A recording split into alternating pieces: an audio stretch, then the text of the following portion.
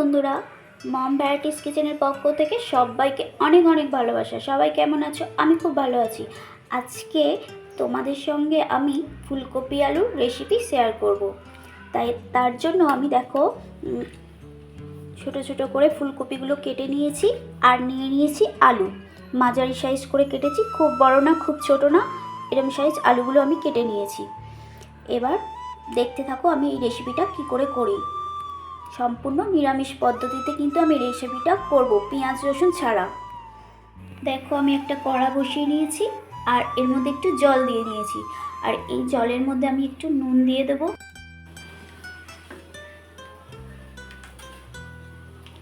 এবার যে ফুলকপিগুলো আমি কেটে রেখেছিলাম সেগুলো এই জলের মধ্যে দিয়ে একটু ভাপ দিয়ে নেব।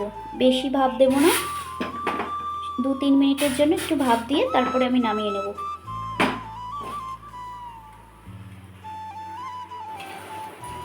ফুলকপিটা আমার ভাপ দেওয়া হয়ে গেছে, এবার আমি এটা নামিয়ে নেব। দেখো বন্ধুরা, আমি একটা কড়া বসিয়ে নিয়েছি আর এতে একটু তেল দিয়ে দেবো। আর ভাপ দিয়ে রাখা ফুলকপিগুলো আমি তেলের মধ্যে ভেজে নেব।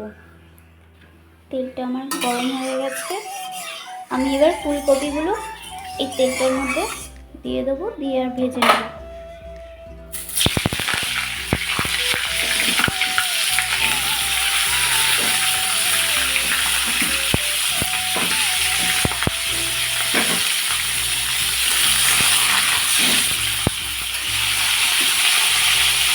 আমি একটু সামান্য পরিমাণ নুন আর একটু সামান্য পরিমাণ একটু হলুদ দিয়ে দেবো, যাতে ভাজার পর না ফুলকপিটা খুব সুন্দর দেখায়, লাল লাল।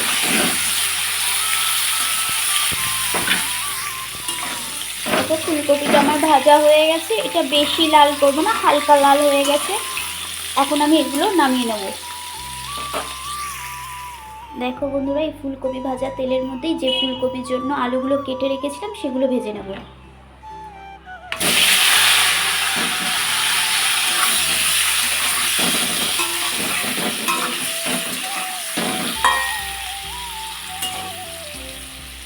আলুগুলো ততক্ষণ ভাজা হোক, ততক্ষণ আমি ফুলকপিতে কী কী মশলা দেবো সেটাই দেখাই তোমাদের। এই ভেজে রাখা ফুলকপিটা আমি কিছুক্ষণের জন্য ম্যারিনেট করে রেখে দেবো, আর কি দিয়ে ম্যারিনেট করব সেটাই তোমাদের দেখাই।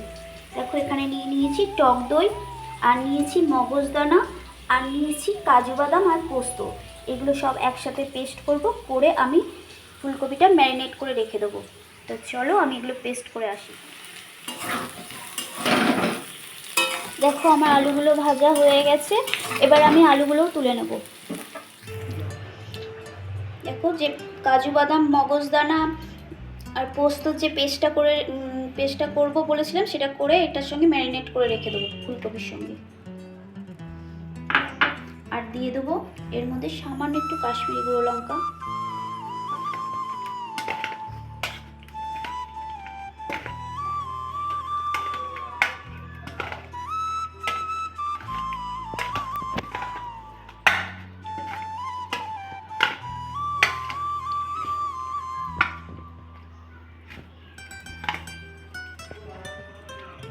দেখো এটা খুব সুন্দরভাবে ম্যারিনেট করা হয়ে গেছে, এটা কিছুক্ষণের জন্য রেস্টে রেখে দেবো। দেখো বন্ধুরা, এই রেসিপিটা করার জন্য আরও কিছু মশলা আমি দেব। তো সেই মশলাগুলো হলো, দেখো একটা গোটা টমেটো নিয়েছি, ধনে, সাদা জিরে, কাঁচা লঙ্কা আর আদা, এগুলো একসাথে পেস্ট করব। দেখো আমি একটা কড়া বসিয়ে নিয়েছি আর এর মধ্যে একটু তেল দিয়ে দেবো। দেখো তেলটা আমার গরম হয়ে গেছে, এবার আমি এর মধ্যে ফোড়ন দিয়ে দেবো। ফোড়নের মধ্যে নিয়েছি একটা তেজপাতা, দুটো আধগান করে নিয়েছি, শুকনো লঙ্কা, সাদা গোটা জিরে, আর নিয়েছি দারচিনি দুটো লবঙ্গ, 3টে এলাচ, এগুলো সব আমি দিয়ে দেবো।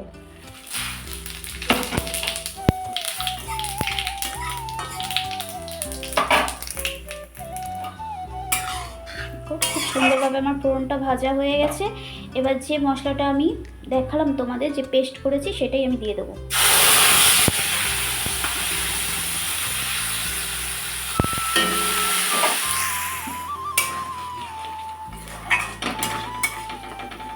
এর মধ্যে দিয়ে দেবো পরিমাণ মতো নুন, পরিমাণ মতো হলুদ আর পরিমাণ মতো কাশ্মীরি গুঁড়ো লঙ্কা।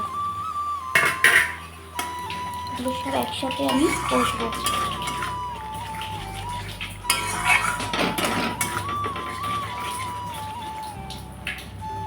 মশলাটা যাতে ধরে না যায়, মশলা ধোয়া জলটা আছে যে বাটিতে আমি মশলাটা রেখেছিলাম ওইটাই একটু ধুয়ে আমি দিয়ে দেবো জলটা।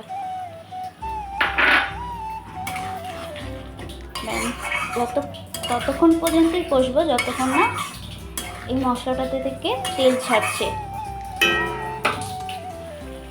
দেখো বন্ধুরা, মশলাটা দিয়ে খুব সুন্দর তেল ছেড়ে দিয়েছে।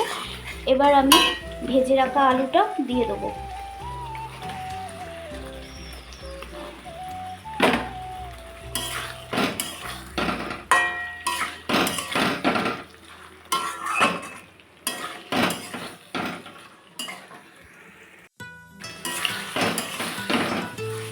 এবার দিয়ে দেবো ম্যারিনেট করে রাখা ফুলকপিটা।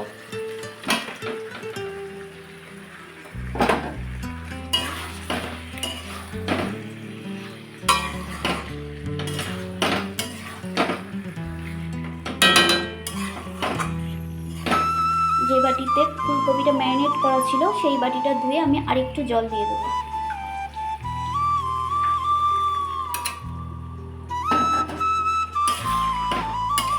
এবার এটা সব শুদ্ধ আমি একটু কষবো।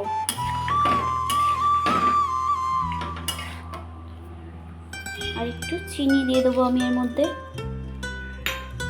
দিয়ে এবার সব শুদ্ধ আমি এটা কিছুক্ষণ কষবো।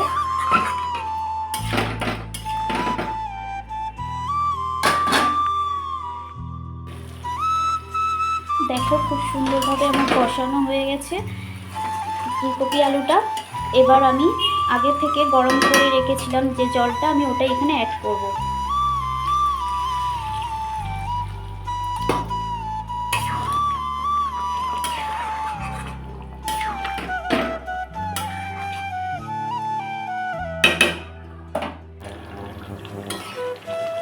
দেখো বন্ধুরা, আমার এই রেসিপিটা হয়ে গেছে। ফুলকপি আলুর রেসিপিটা আমার কিন্তু রেডি হয়ে গেছে।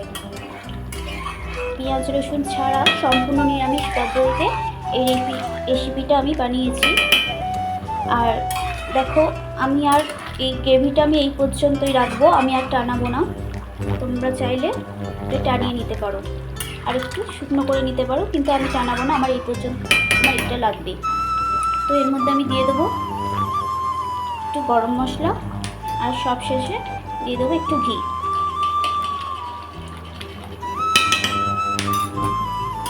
এই রেসিপিটা কিন্তু ভাত আর রুটির সঙ্গে খেতে খুব দারুণ লাগে।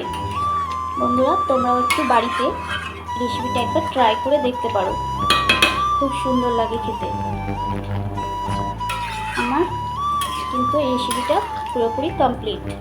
এবার আমি এটা একটা প্লেটে নামিয়ে সার্ভ করে দেখাচ্ছি। তো বন্ধুরা, কত সুন্দর লাগছে রেসিপিটা। আমার এই রেসিপিটা যদি তোমাদের ভালো লেগে থাকে তাহলে লাইক, কমেন্ট আর সাবস্ক্রাইব করে আমার পাশে থেকো। আজকের মতো টাটা।